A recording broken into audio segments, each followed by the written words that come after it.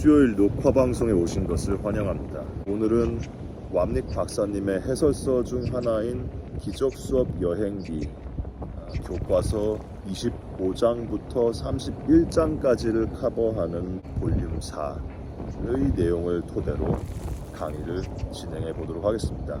교과서 25장 제목은 하나님의 정의. 그럼 지금부터 읽기 시작해 보도록 하겠습니다. 교과서 24장을 소개할 때 저는 23장의 맨 끝에 나오는 구절을 인용했었습니다.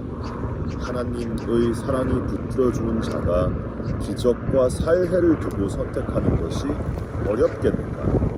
24장은 살인에 초점을 두었지만 이번 장은 기적에 초점을 맞추고 있습니다. 이번 장과 다음 장에서 기적은 정의라는 용어로 표현됩니다. 물론 기적이라는 내용은 기적 수업 전체에 내재되어 있는 내용이기는 하지만 교과서에서 구체적으로 기적에 초점을 맞추는 부분은 이번 장과 다음 장뿐입니다. 정의의 원리는 그 누구도 상실하지 않고 모두가 득을 얻는다 입니다. 이것은 다른 누군가를 희생하여 승리를 얻게 된다고 주장하는 에고의 원리에 대한 교정입니다. 에고의 원리를 따르면 우리가 투사한 죄로 인해 다른 누군가가 처벌받아야 하고 그 처벌은 죽음이며 그 자가 처벌받음으로써 우리가 처벌에서 자유롭게 풀려났다는 마술과도 같은 믿음을 갖게 됩니다. 그리하여 우리는 다른 누군가의 죄가 처벌을 받아야 마땅하다는 것을 보장해주는 우리의 무죄를 획득하게 되죠. 에고가 이상하게 변질시킨 정의는 에고의 핵심적 원리, 둘 중 하나의 원리, 즉 세상에 대한 에고의 목적을 보여주는 예입니다. 이번 장에서도 목적은 매우 중요한 주제입니다.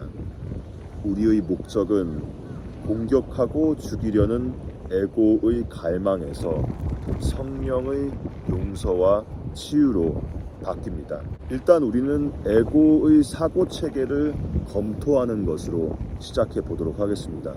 구체적으로 설명하자면 우리를 몸에 감금시키면서도 우리가 몸이 감옥인 것을 인식하지 못하게 만들어야만 한다는 필요에 사로잡힌 에고의 사고체계를 살펴볼 것입니다. 몸 안에 갇히게 되면 우리는 마음에서 떨어져 나오게 됩니다. 우리의 결정권자의 자아가 살인 대신 기적, 분리 대신 속죄를 선택하는 장소가 바로 마음이며 그래서 에고는 우리 마음을 두려워합니다. 이 주제에 대해 먼저 이야기를 나눈 다음 우리는 목적이라는 주제를 검토하는 것으로 초점을 옮길 것이며 마지막으로 용서와 정의를 다루게 될 것입니다. 마음과 몸, 죄의 집. 교과서 25장의 서문, 문단 1번의 구절을 함께 읽어보면서 이번 장에 대한 이야기를 시작해 보도록 하겠습니다. 아래 구절은 우리 교향곡의 24번째 무브망에 대한 검토를 끝마쳤던 내 안의 그리스도와 동일한 주제를 이어가는 내용을 담고 있습니다. 여기서 교향곡이라는 표현은 왑닉 박사님께서 자주 사용하신 표현으로 기적 수업을 교향곡이라고 부르셨었죠. 그리고 무브망이라는 단어는 교과서의 각 장을 가리키는 단어입니다.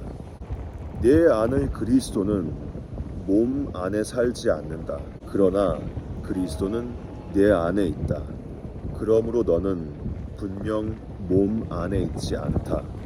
너의 내면에 있는 것이 너의 바깥에 있을 수는 없다. 우리 안에 있는 그리스도는 몸이 아니라 마음에 거하고 있습니다. 좀 더 구체적으로 설명하자면 그리스도는 하나님의 하나뿐인 아들이라는 우리의 정체에 대한 기억, 그 기억 속에 현존합니다. 너의 내면에 있는 것이 너의 바깥에 있을 수는 없다. 마찬가지로 관념은 자신의 근원을 떠날 수 없다. 우리는 영원히 마음입니다. 진리 안에서 우리는 그리스도이며 허상 안에서 우리는 에고입니다. 육체가 꾸는 특별함의 꿈은 우리가 육체라고 설득하고자 하지만 그 주장은 사실이 아닙니다. 내 생명의 중심에 있는 것과 얘가 분리될 수 없다는 점도 확실하다. 너에게 생명을 주는 것은 죽음을 집으로 삼을 수 없고 너 또한 그럴 수 없다.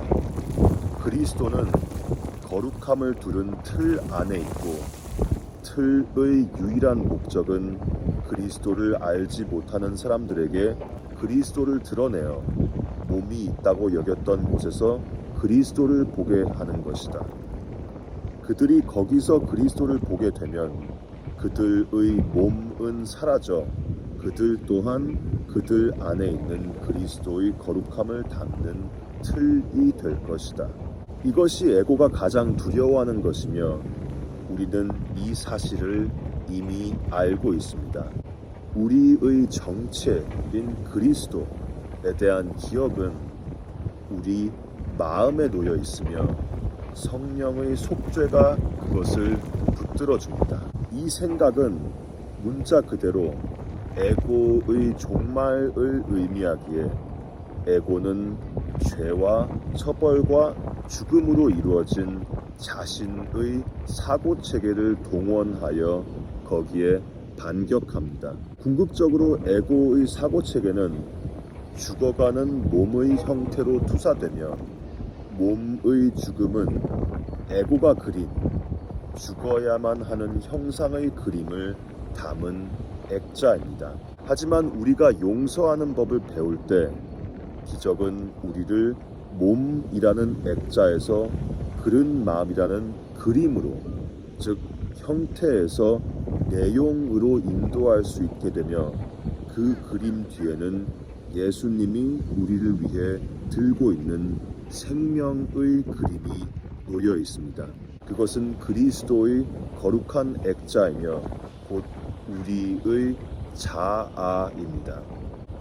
자신 안에 그리스도를 담고 있는 자는 어디서든 그리스도를 알아보지만 몸 안에서만은 그럴 수 없다.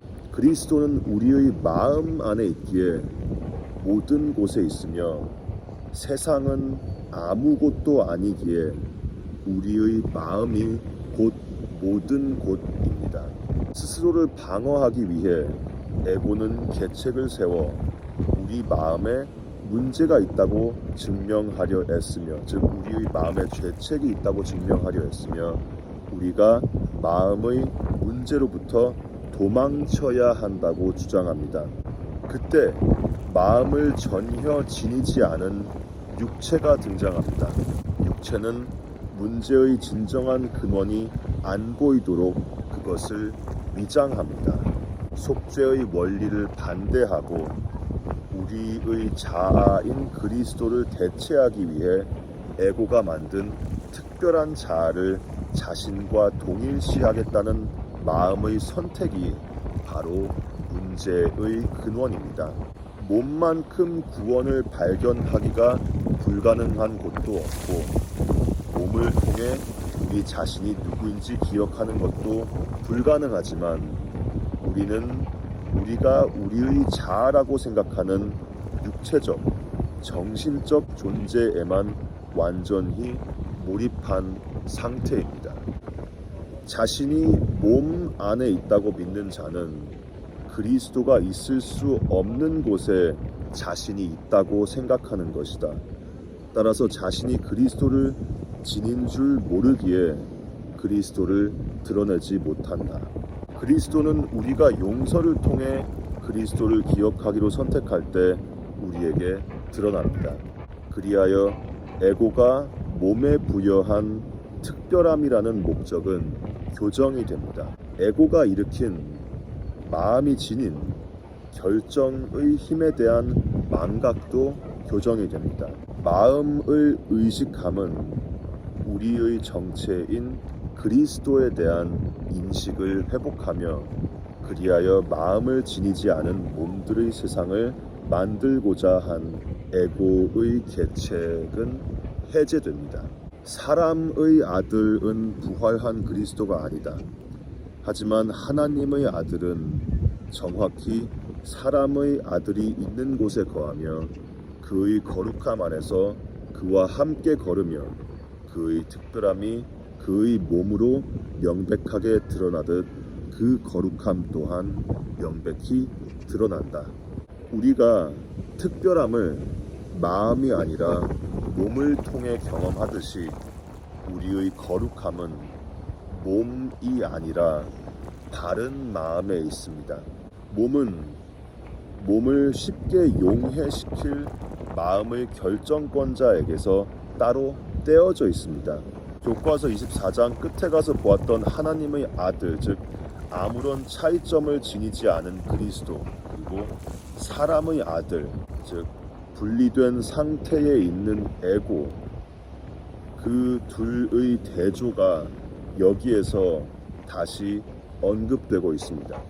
몸은 치유가 필요 없다.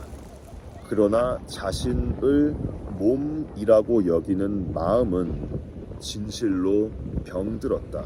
이미 여러 번 예를 들어서 익숙한 내용이지만 병의 근원은 몸에 있지 않습니다. 병은 마음이 죄책에 빠지겠다는 결정을 내렸기 때문에 일어납니다. 우리의 교향곡이 종점에 도달하면서 이 주제는 점점 더 부각됩니다. 이것은 우리가 마음의 치유 과정에서 최종적으로 얻게 되는 비전입니다. 그때 우리는 우리 자신을 위해 속죄를 받아들이고 집으로 돌아갑니다.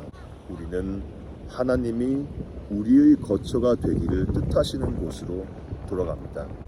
그러므로 그리스도는 그 마음에 치료책을 세운다.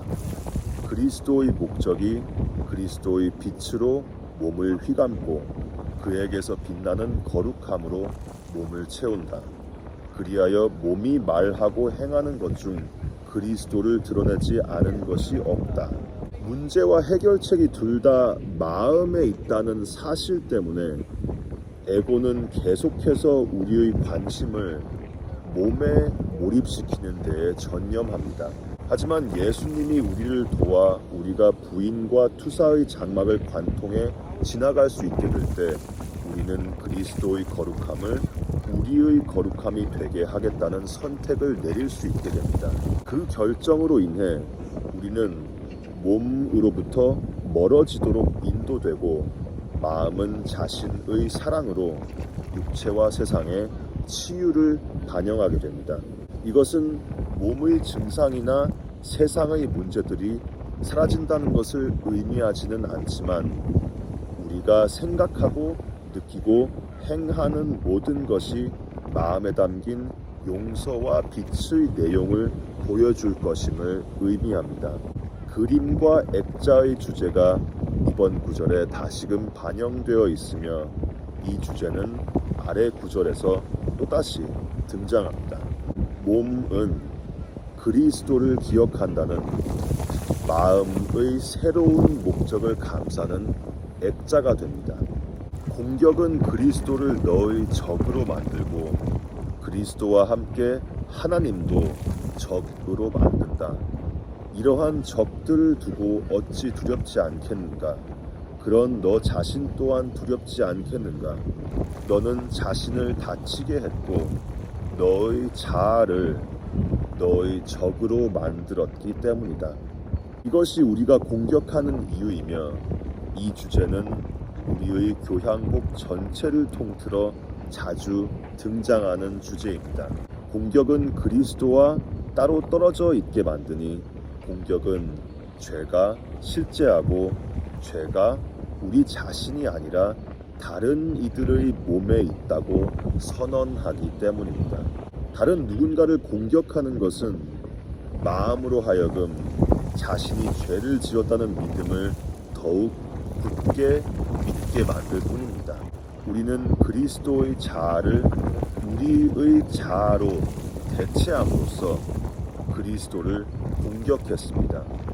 우리는 우리의 공격이 실제라고 믿기 때문에 그리스도가 우리에게 반격을 가하는 것이 타당할 뿐더러 곧 우리에게 닥쳐올 것이라고 예상을 합니다. 전쟁터라는 비유가 중요한 이유는 바로 그 때문입니다. 우리는 우리가 하나님과 그리스도와 전쟁 상태에 있다고 생각하며 이 생각을 투사한 우리는 세상이 우리와 전쟁을 벌이고 있다고 지각합니다. 우리는 우리가 다른 이들이 가하는 공격의 총바지가 된 결백한 피해자라고 지각합니다. 그리하여 너는 이제 자신을 내가 아닌 낯선 존재로 사랑받기보다는 두려워해야 할 다른 무엇이라고 믿을 수밖에 없다. 이 중요한 주제는 우리의 정체가 원래 우리가 아닌 다른 무언가가 되었음을 강조하고 있습니다. 에고는 우리가 분리되고 죄 많은 자아라고 주장합니다. 에고는 우리가 죄책으로 가득 찬 다른 무엇이며 처벌받아야 마땅한다고 주장합니다. 그리하여 이제 우리는 상처받을 수 있는 상태가 되어 공포에 떨며 몸의 세상 속으로 도망칩니다. 꿈속에서 우리의 정체는 숨겨집니다. 거룩함 대신 특별함을 선호한 실수를 교정할 수 있는 마음의 결정권자가 우리의 정체이며 마음의 결정권자는 다시 선택하여 자신의 자아를 기억할 수 있습니다. 완전히 결백하다고 여기는 자를 누가 공격하겠는가? 결백하기를 원하지만 여전히 공격하기를 바라는 자가 어떻게 자신을 죄인으로 여기지 않을 수 있겠는가?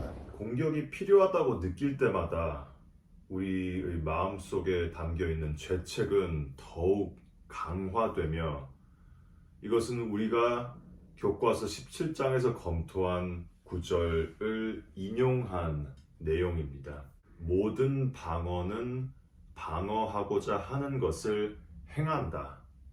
교과서 17장 섹션 4 문단 7 문장 1번이죠. 공격을 포함하여 우리가 방어를 필요로 한다는 것은 우리 내면에 방어되어야 할 무언가가 있음을 말해주죠. 방어를 필요로 하는 것은 우리의 죄책입니다. 이것은 우리가 공격을 하면 할수록 죄책에 대한 무의식적 믿음이 더욱 보강된다는 것을 의미합니다. 이것이 바로 에고가 영속시키고자 하는 죄책과 공격의 순환입니다. 그럼에도 불구하고 우리는 우리가 무엇보다 결백을 원한다고 고집하며 결백을 얻기 위해서는 어느 때, 어느 장소에서 그 누구라도 죽일 의사를 가지고 있습니다. 우리는 죄책을 보존하고 분리된 자아를 보존해야 할 필요가 있다고 생각하며 그래서 죄책 공격의 순환은 마치 절대로 끝나지 않을 것처럼 보입니다. 죄책, 공격, 더 많은 죄책, 더 많은 공격이 이어질 뿐입니다. 이것을 통해 우리는 판단을 내려놓는 것이 왜 그토록 어려운지를 이해할 수 있습니다. 그것은 마음이 견디지 못하는 죄책을 인식하지 않을 수 있게 해주며 모든 교정 방법들로부터 죄책을 보호해 줍니다. 누가 하나님의 아들을 결백하다고 보면서 그가 죽기를 바랄 수 있겠는가? 만일 우리의 결백이 다른 누군가를 희생하는 것으로 사들인 것이라 믿는다면 우리는 하나님이 창조한 그대로인 하나님의 아들을 알 수 없습니다. 창조는 전일하기 때문이죠. 스스로를 죄 많고 죄책에 깊이 빠진 자로 본다면 우리는 다른 이들도 그런 관점에서 볼 수밖에 없습니다. 투사가 곧 지각을 만듭니다. 둘 중 하나의 원리가 제대로 작용한다고 믿는 것은 거짓을 믿는 것과 같습니다. 하지만 우리의 세상 전체가 다른 이들의 결백을 보지 못하게 막는 바로 그 생각에 기반을 두고 있습니다. 다른 이들의 결백을 보는 것이 자신과 닮게 우리를 창조한 결백, 대문자 결백으로 우리가 돌아가는 것을 알리는 예고입니다. 내가 형제를 볼 때마다 그리스도가 너희 앞에 서 있다. 내가 눈을 감고 있다고 해서 그리스도가 사라진 적은 없다. 그러나 앞 못 보는 눈으로 그리스도를 보면서 너희 구원자를 찾는다면 무엇이 보이겠는가? 여기에서 예수님은 육안에 대해 설명하고 있는 것이 아니라 거룩함과 속죄가 들어오지 못하도록 문을 닫은 그른 마음에 대해 설명하고 있습니다. 그 결과 그른 마음은 오로지 죄와 죄책만을 봅니다. 에고의 목적이라는 렌즈를 통해서 바라보면 우리의 육안은 판단과 공격을 정당화하는 분리와 특별함 너머를 볼 수 없습니다. 이와 같은 그릇된 지각은 마음에 담긴 그리스도의 비전을 통해 쉽게 교정됩니다. 이는 성령의 용서를 우리의 교사로 삼겠다는 선택을 내릴 때 찾아오는 행복한 결과입니다. 그 눈에 보이는 것은 그리스도가 아니다. 내게 보이는 것은 그리스도로 혼동한 적이다. 그리하여 내가 보려는 죄가 그에게 없어 너는 그를 미워한다. 너는 형태야 무엇이든 그와 하나가 되어 결백과 평화 속에 함께 결합하자는 변함없는 내용으로 간청하는 그의 부름도 듣지 못한다. 우리는 공격할 때마다 사랑을 달라고 외칩니다. 사실상 우리는 다음과 같이 외치고 있습니다. 내가 틀렸음을 나에게 보여주십시오. 내 마음 안에 내가 선택할 수 있는 다른 사고 체계가 있음을 입증해 주십시오. 이것이 바로 치유를 일으킵니다. 사실 이것이 가장 훌륭한 교사죠. 다른 이가 보여주는 예는 바른 마음의 대안이 있음을 우리에게 보여주며 그리하여 우리는 우리가 예전에 적으로 지각하던 자를 친구로 지각하게 됩니다. 연습서 161과 문단 12 문장 6번을 인용한 내용인데 지금 여기에서 그 구절을 잠시 함께 읽어보도록 하겠습니다. 너는 순식간에 적에서 구원자로 악마에서 그리스도로 바뀐 그를 보게 될 것이다. 하지만 우리는 이 지각에 대한 우리의 거부감을 감지해야 합니다. 그것이 구원의 시작이자 모든 특별함의 끝이기 때문입니다. 에고의 무의미한 비명 아래에 하나님이 그에게 주신 그러한 부름이 있으니 하나님은 내가 그에게서 너를 부르시는 하나님의 부름을 듣고 하나님의 것을 돌려드림으로써 답하도록 하셨다. 이것이 바로 에고가 완전히 음소거로 만들려는 부름입니다. 우리는 특별함의 음성이 어떻게 성령의 음성을 안 들리게 만드는지 보았습니다. 교과서 24장 섹션 2 문단 4와 5에서 그것을 보았죠. 우리는 우리를 자아로 돌아가게 해주는 그리스도가 그리스도에게 전하는 부름을 듣고 싶어 하지 않습니다. 그 대신 우리는 지옥으로 오라는 에고의 무의미한 비명에 귀를 기울이기로 선택했습니다. 사실 방금 전에 우리가 함께 읽은 구절은 26장에서 접하게 될 그들이 왔으므로 라는 섹션을 암시하는 구절이기도 합니다. 교과서 26장 섹션 9 문단 1 문장 1번과 연관이 있는 내용이죠. 이제 플라톤의 동굴우화의 내용을 담고 있는 문단으로 넘어가 보도록 하겠습니다. 플라톤의 우화에서 동굴 안에 감금된 자들은 바위에 묶여 동굴의 안쪽 벽만 바라볼 수 있는 상태에 있습니다. 그들은 동굴 바깥 길거리를 지나다니는 사람들의 그림자만 볼 수 있을 뿐이며 태양이 지나가는 사람들을 비추기에 그림자가 드리워진 것이죠. 동굴에 갇혀 있는 사람 중 한 사람은 소크라테스입니다. 그는 감금 상태에서 풀려나 동굴 바깥으로 나가게 되며 어둠에 익숙해져 있던 눈이 점점 더 빛에 적응하기 시작합니다.